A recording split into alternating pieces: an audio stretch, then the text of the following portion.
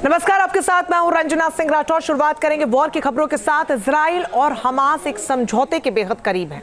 माना जा रहा है कि इस डील से फिलहाल गाजा में जंग रुक जाएगी, लेकिन ऐसा होने के आसार कम नजर आ रहे हैं क्योंकि इजराइल को हमास पर यकीन नहीं है। हमास खुद को रीग्रुप कर रहा है और इससे गाजा में जंग का एक नया दौर शुरू हो सकता है।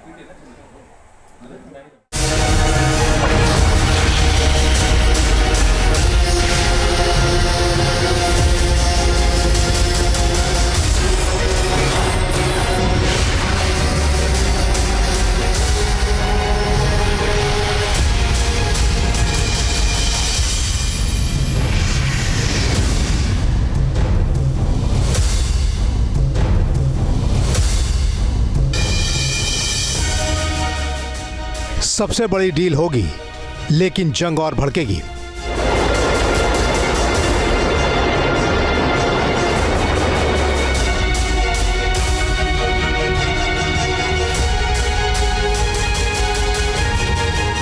गाजा पर समझौता होगा, यह बमबारी तेज होगी।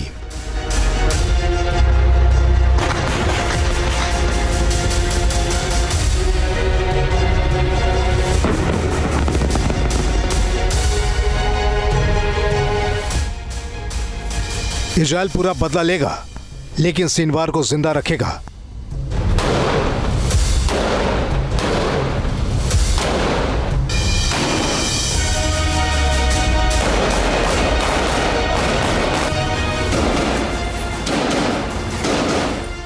हमास की किलर तैयारी, जंग खत्म नहीं होगी।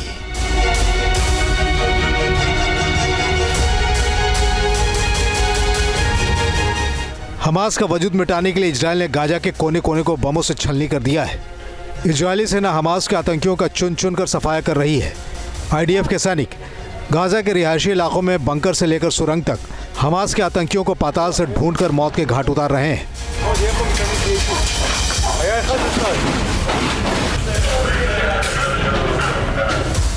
हमास के खात्मे के लिए इजरायली सेना ने गाजा को किसी कब्रिस्तान में तब्दील कर दिया है।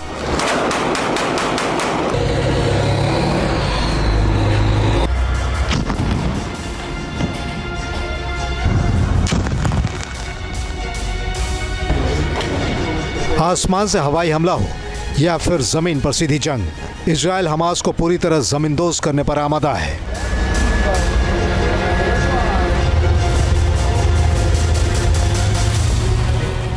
लेकिन अब इस सबसे जानलेवा वॉर फ्रंट से जो खबरें आ रही हैं, उसके मुताबिक इजराइल और हमास के बीच फौरी तौर से जंग रुक सकती है। हालांकि इसमें कई पेच और शर्तें हैं, लेकिन शुरुआती जानकारी है कि इजराइल और हमास सीज फायर का समझौता करने पर राजी होने वाले हैं। इस समझौते की माने तो इस सीज फायर के पहले दिन हमास इजराइल के 3 बंधकों को छोड़ेगा और इजराइल गाजा के रिहायशी इलाकों से अपने सैनिकों को पीछे हटने को कहेगा। खबरें ये भी हैं कि सीज फायर के अगले हफ्ते हमास 4 और बंधकों को छोड़ेगा, लेकिन इजरायली मीडिया ने डिप्लोमेटिक ऑफिशियल्स के हवाले से दावा किया है कि हमास पहले ही स्टेज में 33 बंधकों को रिहा करेगा, जिनमें बच्चे, महिलाएं और महिला सैनिक होंगी। माना जा रहा है कि हमास के कब्जे में इजराइल के 94 बंधक हैं, जिनमें 34 बंधकों के शव भी शामिल हैं।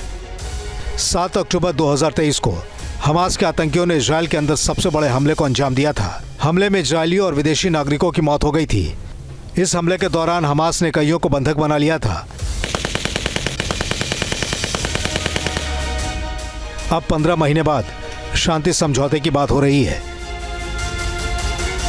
इजराइल इसके बदले हमास के करीब 200 आतंकियों को अपनी जेल से छोड़ने को राजी हो रहा है, लेकिन हमास के इन आतंकियों को इजराइल वेस्ट बैंक नहीं भेजेगा, बल्कि इन्हें इजिप्ट, तुर्की या कतर को सौंपा जा सकता है। अमेरिका के राष्ट्रपति जो बाइडेन ने समझौते की खबर शेयर कर दी है, लेकिन इजराइल का इरादा साफ है, गाजा के बफर जोन के अंदर अपनी मौजूदगी को बरकरार रखना। इजराइल ने साफ साफ कह दिया है कि इस जंग की आखिरी मंजिल जब तक हासिल नहीं हो जाएगी, गाजा से उसके सैनिक पूरे तौर से हटने वाले नहीं हैं। इसके पीछे की वजह भी अब सामने आ रही है। खबरें हैं कि हमास खुद को रीग्रुप कर रहा है। आईडीएफ के एक ऑफिसर ने तो यहाँ तक कह दिया है कि इस वक्त इजरायली सेना जितनी रफ्तार से हमास का सफाया कर रही है, हमास उससे भी तेज रफ्तार से खुद को फिर से खड़ा कर रहा है। हमास ने पिछले 14 दिनों के दौरान हमलों की रफ्तार भी तेज कर दी है। इजरायल के ऊपर हमास ने 20 रॉकेट दागे हैं। इतना ही नहीं, इस बीच उत्तरी गाजा के बेत हनून में इजराइल के 10 सैनिकों की भी मौत हो गई है। हमास को रीग्रुप करने की जिम्मेदारी याह्या सिनवार के भाई मोहम्मद सिनवार ने उठा रखी है। इसमें युवा फिलिस्तीनी लड़कों की भर्ती से लेकर अब तक इजरायली हमलों में बचे गोला बारूद को और भी विस्फोटक बनाने की कवायद शामिल है। जाहिर है इजराइल को हमास की अगली साजिशों की भनक लग गई है, जिसके बाद वो गाजा में रणनीतिक बढ़त वाले इलाके से अपने सैनिकों को हटाने पर राजी होता नहीं दिख रहा है। इजराइल अपनी सुरक्षा को लेकर के चिंतित है। वो जानता है कि एक बार सीज फायर पूरी तरह से लागू हो गया तो उसके बाद आतंकवादी गुटों को रीग्रुप होने का मौका मिल जाएगा। वो तमाम लोग जो कि इस पूरी घटनाक्रम में पिछले 15 महीनों में मारे गए हैं, उनको हीरो बनाया जाएगा और उनसे प्रेरणा लेकर के हमास एक बार फिर से अपने आप को जिंदा कर सकता है, यानी कि इजराइल की सुरक्षा में सेंध लगाने की फिर से तैयारी कर सकता है।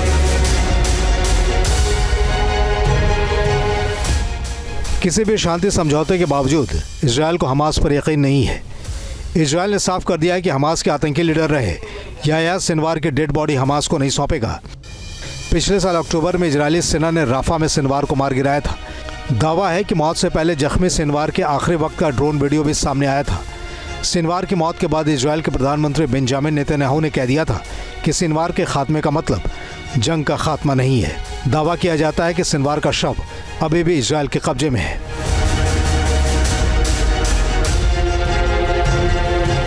इजराइल इस बार चाह रहा है कि जो आतंकवाद का ये नासूर है वो हमेशा हमेशा के लिए खत्म हो जाए। इसी वजह से आप देखेंगे कि इजराइल इस बात पर तो सहमत हो गया है कि बंधकों की अदला बदली करी जाए, लेकिन फिर भी वो अभी राजी नहीं है सिनवार जैसे आतंकवादियों की बॉडी को सौंपने में।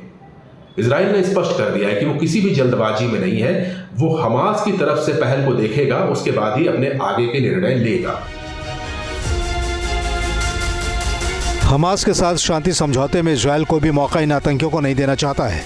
दरअसल इजराइल हमास के उन आतंकियों को भी रिहा कर सकता है जिन्हें उसकी अदालत ने उम्र कैद की सजा दे रखी है, लेकिन इजराइल अपने कब्जे से हमास के नुखबा फोर्स के आतंकियों को छोड़ने वाला नहीं है। नुखबा फोर्स वही है जिसने 7 अक्टूबर को इजराइल के अंदर हमले को अंजाम दिया था, जिसमें 1200 से ज़्यादा इजरायली और दूसरे मुल्कों के नागरिक मारे गए थे।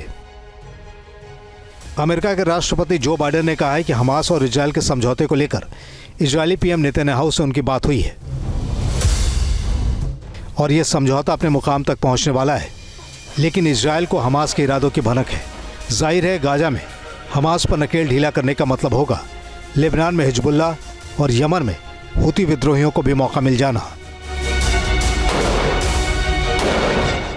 Team news nation. News nation अब व्हाट्सएप पर खबरों की ताजा अपडेट के लिए न्यूज नेशन के इस QR कोड को स्कैन करें।